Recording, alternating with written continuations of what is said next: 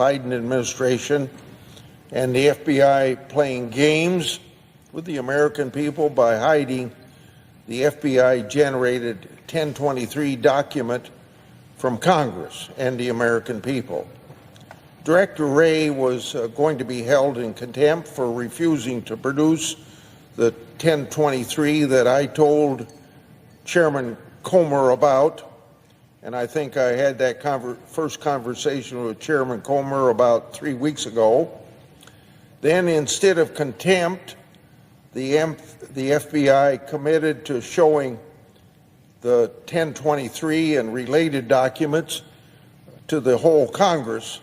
By the way, I thank Chairman Comer for his cooperation with me and how he's pursued this issue, because we know a heck of a lot more now than if he hadn't been involved in this whole effort. So the FBI showed, after the FBI committed to showing this document, they showed, but it didn't provide possession of the 1023 to the House Oversight Committee last week. And by the way, 1023 is unclassified. So why shouldn't the entire country know about what's in this 1023?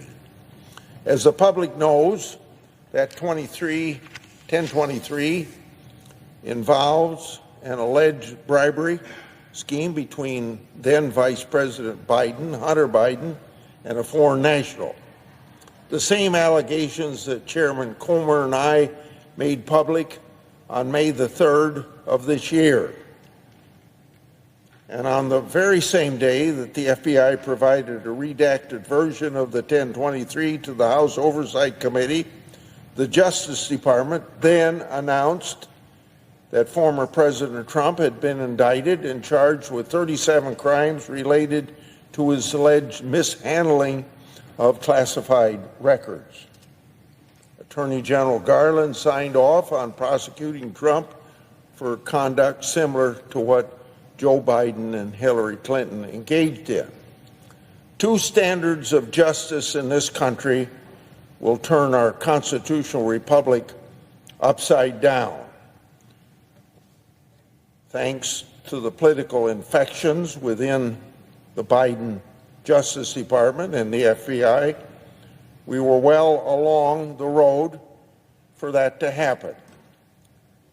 This senator will do all that he can to fight political infection in the Department of Justice and the FBI. And you fight it, then, by bringing transparency to what this government does. The public's business ought to be public. Transparency brings accountability. With respect to the 1023 shown to that House Oversight Committee, from what I've been told by folks who've reviewed it, it's filled with redactions. Now, the document that Comer and I read had maybe 2 or 3 half-inch redactions, not whole sentences redacted, as I'm told the document in the SCIF is. So, Director Wray placed redactions on a document that's already unclassified. As I've said before, unclassified.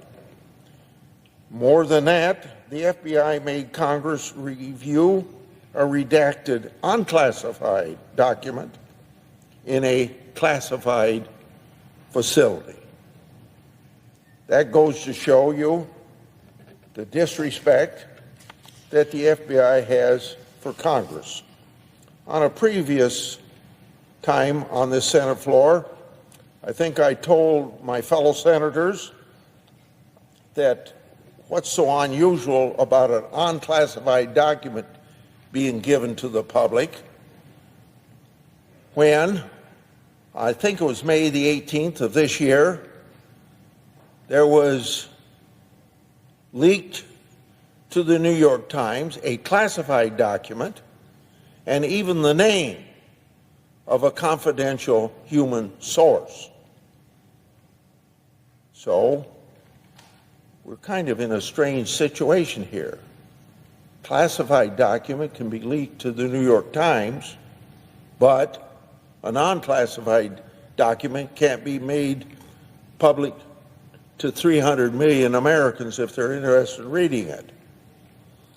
Now, accordingly, Congress still lacks a full and complete picture with respect to what that document really says. That's why it's important that the document be made public without unnecessary redactions for the American people to see. Can you believe redacting an unclassified document? So now, let me assist for the purposes of more transparency on this subject. The 1023 produced to the House committees redacted reference that the foreign national who allegedly bribed Joe and Hunter Biden allegedly has audio recordings of his conversation with them. 17 such recordings. According to the 1023, the foreign national possesses 15 audio recordings of phone calls between him and Hunter Biden. According to the 1023, the foreign national possesses 2 audio recordings of phone calls between him and then Vice President Joe Biden. These recordings were allegedly kept as a sort of insurance policy for the foreign national in case that he got into a tight spot. The 1023 also indicates that then Vice President Joe Biden may have been involved in bereavement employing Hunter Biden. Based on the facts known to the Congress and the public, it's clear that the Justice Department, the FBI, haven't nearly had the same laser focus on the Biden family. Special Counsel Jack Smith has used a recording against former President Trump. Well, what is U.S. Attorney Weiss doing with respect to these alleged Joe and Hunter Biden recordings that are apparently relevant to the high-stakes bribery scheme? Getting a full and complete 1023 is critical for the American people to know and understand the true nature of the document and to hold the Justice Department and the FBI accountable. It's also important for asserting constitutional congressional oversight powers against an out-of-control executive branch, obviously drunk with political infection. Remember, Congress has received 1023s in the past, and they've been made public. So asking for this 1023 to be turned over to the American people to read is not an unusual thing that goes on with 1023s. Congress owes it to the American people and the brave and heroic whistleblowers to continue to fight for transparency in this matter and make this document public without unnecessary redactions. And I want everybody to remember that I have read the unredacted version, except for a couple or 3 half-inch redactions, I'd say. Thank you very much.